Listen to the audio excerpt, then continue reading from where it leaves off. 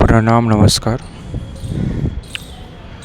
આપણે જે છે એ જાણી રહ્યા છે જ્યોતિષશાસ્ત્ર વિશે જે છે આપણે જાણી રહ્યા છે. તેની અંદર જે છે નવગ્રહ વિશે આપણે ચર્ચા કરી રહ્યા છે. તો આજનો આપણો ટૉપિક છે #જ્યોતિષશાસ્ત્ર #નવગ્રહ. તેની અંદર જે છે 8 નંબરનો ગ્રહ જે છે રાહુ ગ્રહ, તેના વિશે આજે આપણે જાણીશું કે રાહુ ગ્રહ જે છે એ મનુષ્ય ઉપર અથવા તો બીજા બધા જીવ ઉપર કઈ રીતે અસર કરે છે. રાહુ ગ્રહની અવધિ શું છે, એટલે કે રાહુ ગ્રહ જે છે એ કેટલા સમય માટે જે છે રાશિ પરિવર્તન કરે છે, કેટલા સમય માટે જે તે રાશિમાં જે છે એ રહે છે. તો આજે આપણે જાણીશું રાહુ ગ્રહ વિશે. 8 નંબરનો ગ્રહ છે આ, બરાબર છે. અને રાહુ જે છે એ અહીંયા પાપ ગ્રહ, ખરાબ ગ્રહ તરીકે માનવામાં આવે છે જ્યોતિષશાસ્ત્રની અંદર, બરાબર છે. તો અહીંયા જે છે એ આપણે રાહુ જે છે એ એનું કાર્ય શું છે, અથવા તો મનુષ્ય અથવા તો બીજા બધા જીવ પર કઈ રીતે કામ કરે છે. તો અહીંયા રાહુ ગ્રહ જે છે એ આકસ્મિક, અકલ્પનીય કોઈ જે છે બાબતે જે છે ઘટના થાય, બરાબર છે. તો અહીંયા તેનું કામ જે છે આકસ્મિક, અકલ્પનીય જે છે અવિચારીય કોઈ ઘટના કરવાનું કામ જે છે એ અહીંયા રાહુ ગ્રહનું છે, બરાબર છે.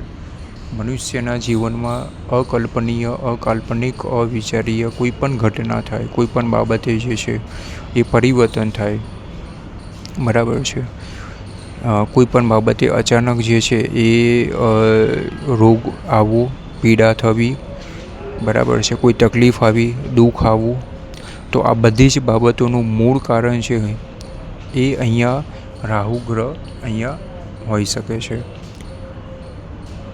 જ્યોતિષશાસ્ત્રની અંદર જે છે એ રાહુ ગ્રહ અત્યારના સમય પ્રમાણે, એટલે કે જે ચોથો યુગ ચાલે છે, તો અહીંયા કળયુગ પ્રમાણે જે છે એ અહીંયા રાહુ ગ્રહની અસર જે છે એ મનુષ્ય ઉપર અને સમય ઉપર, બરાબર છે, આ યુગ ઉપર સૌથી વધારે જોવા મળશે,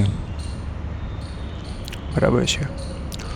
બીજી બાબતે રાહુ ગ્રહ જે છે એ આપણે અહીંયા જોવા જઈએ તો અહીંયા જે તે રાશિમાં રાહુ ગ્રહનો જે સમય છે, અવધિ જે છે એ અહીંયા 18 મહિનાની છે, એટલે કે 1.5 વર્ષની છે.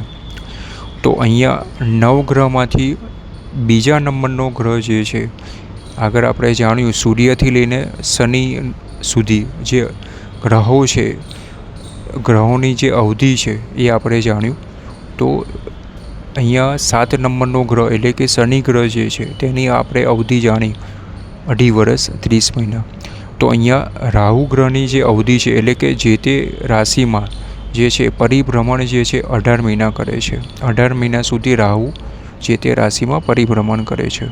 તો અહીંયા બીજા નંબરનો જે ગ્રહ છે જે સૌથી વધારે સમય લે છે પરિભ્રમણ કરવા માટે, એ છે રાહુ, બરાબર છે. તો અહીંયા જે છે એ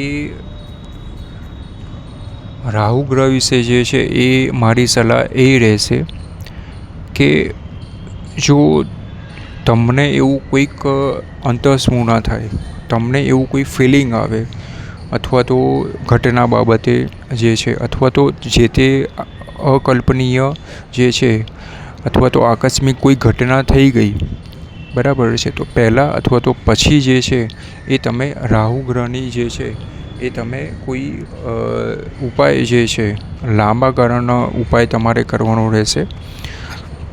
તો અહીંયા જે છે એ તમે લાંબા ગાળાનો ઉપાય જે છે રાહુનો કરી શકો છો, બરાબર છે.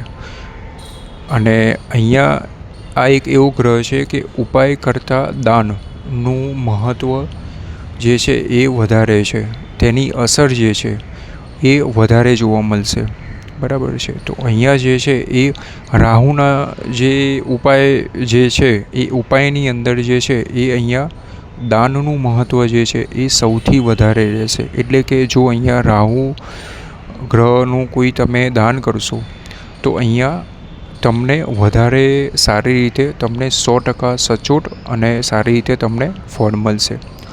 તો આજનો આપણો ટૉપિક છે #જ્યોતિષશાસ્ત્ર #નવગ્રહ, અને આજે આપણે જાણી રહ્યા છીએ 8 નંબરનો ગ્રહ રાહુ ગ્રહ વિશે.